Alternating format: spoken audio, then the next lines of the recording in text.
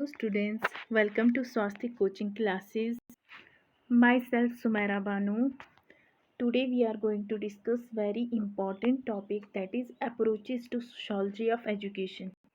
Number one is symbolic interaction. Symbolic interaction क्या होता है? जैसे हम सिंबल्स के थ्रू एक दूसरे के साथ इंटरेक्शन करते हैं. फॉर एग्जांपल, आप किसी कॉलेज में गए, ठीक है, आप किसी कॉलेज में गए या किसी यूनिवर्सिटी में गए, तो आपने वहाँ जो फर्स्ट टाइम ग्रीटिंग की, जैसे सलाम किया, अस्सलाम वालेकुम, नमस्ते किया, हैंडशेक किया, मतलब आपने किसका यूज़ यहाँ पे किया? सिंबल्स का यूज़ किया. ठीक है. तो लोग जब जो इंडिविजुअल्स होते हैं वो आपस में सिंबल्स का यूज़ करके इंटरेक्शन करते हैं, उसी को बोलते हैं सिंबॉलिक इंटरेक्शन. फाउंडर कौन थे? जॉर्ज हर्बर्ट मीड ने दिया था. ये जो सिंबॉलिक इंटरेक्शन है पहली बार किसने कॉइन किया था? मीड के स्टूडेंट थे हर्बर्ट ब्लूमर ने 20वीं सेंचुरी में. ठीक है. तो पीपल क्या करते हैं? इंटरेक्ट करते हैं एक दूसरे के साथ थ्रू सिंबल्स के थ्रू. ठीक है. जैसे हम कहीं जाते हैं ना, हम कहीं जाते हैं, जैसे मार्केट गए या आप कहीं कॉलेज के लिए जा रहे हो या कहीं और के लिए जा रहे हो. ठीक है. मार्केट गए या कहीं और गए तो हमें क्या होता है? ट्रैफिक पे जब रुकते हैं वहाँ पे सिग्नल होता है. ठीक है. रेड सिग्नल भी होता है, ग्रीन सिग्नल भी होता है. ठीक है. रेड भी होता है, ग्रीन भी होता है, येलो भी सिग्नल होता है. तो उस सिग्नल के थ्रू हमें पता चलता है कि जैसे रेड का मतलब क्या है कि हमने क्या करना होता है? रुकना होता है, स्टॉप. ठीक है. स्टॉप, हम रुक जाते हैं. ग्रीन का मतलब क्या है कि अब हमने निकलना होता है. और येलो का मतलब क्या है कि देख के निकलो. यही है सिंबॉलिक इंटरेक्शन.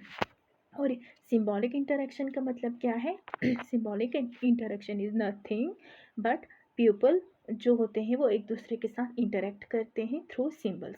और ये जो सिंबल्स होते हैं ये कंट्री टू कंट्री वेरी करते हैं. फॉर एग्जांपल, जो इंडिया में सिंबल होगा, ठीक है, जो इंडिया में जो सिंबॉलिक इंटरेक्शन है, सिंबल्स के थ्रू बातें करते हैं, वो चाइना में डिफरेंट होगा. दैट्स वाई ये कंट्री टू कंट्री डिफरेंट है.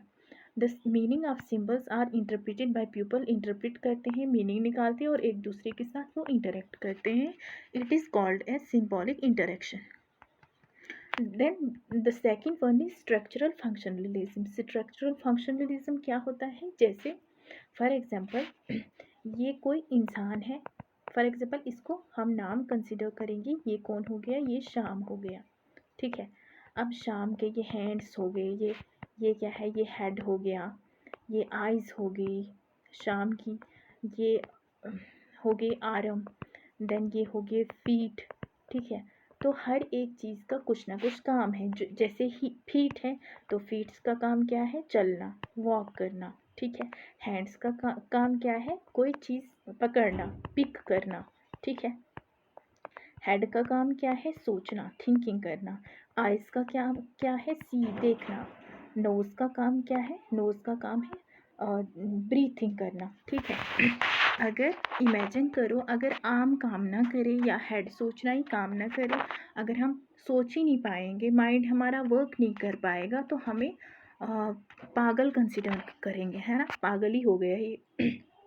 तो हर एक पार्ट जो है ना, बॉडी का पार्ट बहुत ज़्यादा इम्पॉर्टेंट है. अगर किसी एक पर्टिकुलर पार्ट में भी प्रॉब्लम आएगी तो हमारी जो बॉडी है, हम किसी के काम के नहीं रहेंगे. जैसे अगर हम चल नहीं पाएंगे तो भी हम बेकार हैं. हर्बर्ट स्पेंसर ने बोला है कि जैसे डिफरेंट जैसे बॉडी के पार्ट्स एक दूसरे के साथ मिल के काम करते हैं, अगर एक भी बॉडी के पार्ट में कोई प्रॉब्लम आएगी तो बॉडी किसी के काम की नहीं रहती है, मतलब ह्यूमंस किसी के काम के नहीं रहते हैं.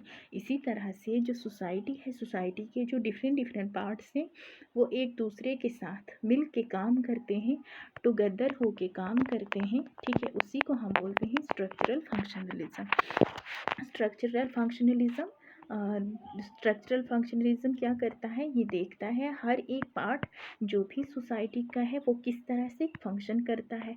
अगर वो अच्छे तरीके से, सोसाइटी का जो हर एक पार्ट है अच्छे तरीके से फंक्शन करता है, होल सोसाइटी अच्छे तरीके से स्टेबल हो जाएगी. According to this theory, all parts of society, जितने भी सोसाइटी के पार्ट्स हैं वो एक दूसरे पे क्या है? डिपेंडेंट है वो एक दूसरे पे. जैसे फॉर एग्जांपल, जैसे फैमिली, बच्चा है, चाइल्ड पैदा हो गया वो किस पे डिपेंड रहेगा, वो फैमिली पे डिपेंड रहेगा। अब फैमिली जो है, अब फैमिली चाहेगी कि हमारे बच्चे को अच्छी एजुकेशन प्रोवाइड करेंगे, तो फैमिली स्कूल पे डिपेंड रहेगी। स्कूल किस पे डिपेंड रहेगी, सोसाइटी पे, सोसाइटी में बच्चा जाएगा। अब यहाँ पे सोसाइटी में अगर उसके साथ कोई हैरेसमेंट हो गया, कुछ और हो गया, उसको इनइक्वलिटी हो जाएगी, तो वो पुलिस के पास जाएंगे। ठीक है, पुलिस भी अगर कुछ नहीं कर पाएगी तो वो जुडिशरी के पास जाएंगे, कोर्ट के पास जाएंगे। तो इसी तरह से सोसाइटी के डिफरेंट डिफरेंट पार्ट्स अगर एक दूसरे के साथ अच्छी तरीके से वर्क करेंगे, टुगेदर होके काम करेंगे, उसी को हम बोलते हैं स्ट्रक्चरल फंक्शनलिज्म। और ये जो आपस में जितने सारे पार्ट्स हैं वो एक दूसरे पे क्या है, डिपेंडेंट हैं। ठीक है, जैसे हर्बर्ट स्पेंसर ने क्या बोला है कि अंडरस्टैंडिंग ऑफ एनी ऑर्गन, जैसे हमने चिंटू की शाम की एग्जांपल ली थी कि हर एक जैसे बॉडी का पार्ट इम्पॉर्टेंट है, अगर एक किसी भी पर्टिकुलर पार्ट में प्रॉब्लम होगी तो ह्यूमन बॉडी किसी काम की नहीं है। ठीक है, हम जैसे बॉडी के पार्ट्स को समझते हैं, उनका रिलेशनशिप समझते हैं, इसी तरह से हम सोसाइटी के भी डिफरेंट डिफरेंट पार्ट्स को समझेंगे। अगर किसी एक पर्टिकुलर पार्ट में प्रॉब्लम होगी तो सोसाइटी अच्छे तरीके से, स्टेबल तरीके से वर्क नहीं कर पाएगी। Then the third one is conflict theory of Karl Marx. ये कार्ल मार्क्स ने दी है। कॉन्फ्लिक्ट थ्योरी क्या है कि यहाँ पे क्या होता था, यहाँ पे पहले upper class, then middle class, ये हो गया अपर क्लास, अपर क्लास, ये हो गया मिडिल क्लास, और ये हो गया लोअर क्लास। जो भी रिसोर्सेज आते थे, जो भी कुछ मतलब रिसोर्सेज, सारी चीज़ें आती थी, मनी आता था, ये जो अपर क्लास के लोग थे उनको ही सब कुछ मिलता था। बट यहाँ पे जो लोअर क्लास के लोग हैं, ठीक है, यहाँ पे जो लोअर क्लास के लोग हैं इनको कुछ भी नहीं मिलता था। स्केर्स ऑफ रिसोर्सेज, मतलब रिसोर्सेज की कमी रहती थी। तो जब कमी रहती थी, ये इनके खिलाफ क्या करते थे, कॉन्फ्लिक्ट करते थे, लड़ाई करते थे, उसी को बोलते हैं कॉन्फ्लिक्ट थ्योरी। कॉन्फ्लिक्ट थ्योरी किसने दी है, कार्ल मार्क्स ने दी। कार्ल मार्क्स ने क्या बोला, जो सोसाइटी है, सोसाइटी में क्लासेस नहीं होनी चाहिए। सोसाइटी कैसी होनी चाहिए, सोसाइटी क्लासलेस होनी चाहिए। ठीक है, कार्ल मार्क्स ने दी है कॉन्फ्लिक्ट थ्योरी। तो कॉन्फ्लिक्ट थ्योरी मैक्रो लेवल की थ्योरी है। मैक्रो मीन्स लार्ज लेवल पे। ठीक है, जो सोसाइटी को क्या देखती है, सोसाइटी मीन्स कि ये कॉन्फ्लिक्ट थ्योरी मीन्स कि यहाँ पे कंपटीशन होता था रिसोर्सेज पे, scarce of resources. Scarce means यहाँ पे रिसोर्सेज की कमी थी। ठीक है, कॉन्फ्लिक्ट थ्योरी का मानना क्या था, जो ये पावर है ना, जो ये अपर क्लास वाले लोग हैं, उनके पास जो ये पावर है और उनके पास जो ये स्टेटस है, वही रूट काज होता है कॉन्फ्लिक्ट का। अगर जो ये पावर है, जो ये स्टेटस है, ये किसकी वजह से, ये क्लासेस की वजह से। अगर क्लासेस सोसाइटी में होंगी ही नहीं, ठीक है, अगर क्लासेस होंगी ही नहीं तो क्या होगा, सोसाइटी में क्लासेस नहीं होंगी, सोसाइटी कैसी होगी, क्लासलेस सोसाइटी होगी। तो क्लासलेस सोसाइटी होगी तो सबके साथ इक्वलिटी हो जाएगी।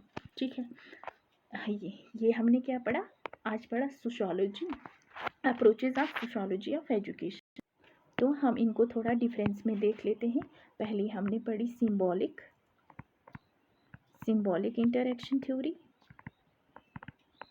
ठीक है, then the second one is, दूसरी हमने पढ़ी structural functionalism. And the third one हमने कौन सी पढ़ी, कॉन्फ्लिक्ट थ्योरी।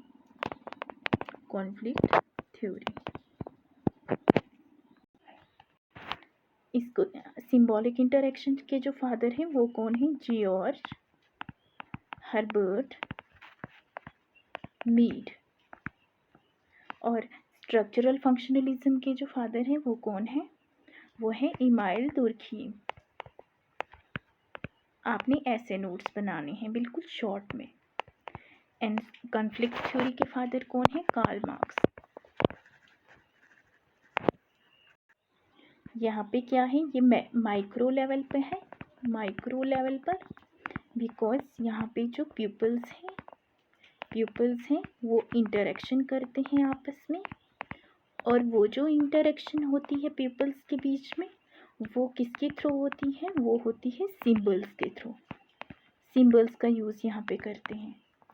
और स्ट्रक्चरल फंक्शनलिज्म में क्या है, यहाँ पे डिफरेंट जो भी पार्ट्स हैं सोसाइटी के, जो भी पार्ट्स हैं वो एक दूसरे से क्या है, इंटर रिलेटेड हैं, इंटर रिलेटेड है और इंटरडिपेंडेंट है। ये भी कौन सी है, मैक्रो लेवल पे है, ये लार्ज लेवल पर, मैक्रो लेवल पर। और कॉन्फ्लिक्ट थ्योरी में क्या है, जो भी डोमिनेंसी है, जो भी डोमिनेंट क्लास है उनको इक्वलिटी देनी है। और लड़ाई किस पे हुई थी, स्कैर्स ऑफ रिसोर्सेज, जो रिसोर्सेज थे उनकी कमी की वजह से। ठीक है, जो अपोज करते हैं, अपोजिशन होता है ना, ठीक है, जो ऑप्रेस्ड होते हैं उनको इक्वलिटी देनी है। और ये भी मैक्रो लेवल की थ्योरी है, लार्ज लेवल पर करना है। ठीक है, तो आज हमने पढ़ा symbolic interaction, structural functionalism and conflict theory. Okay, अब मिलती हूँ मैं आपसे नेक्स्ट क्लास में। तब तक के लिए बाय। चैनल को सब्सक्राइब करना, शेयर एंड लाइक करना। बाय।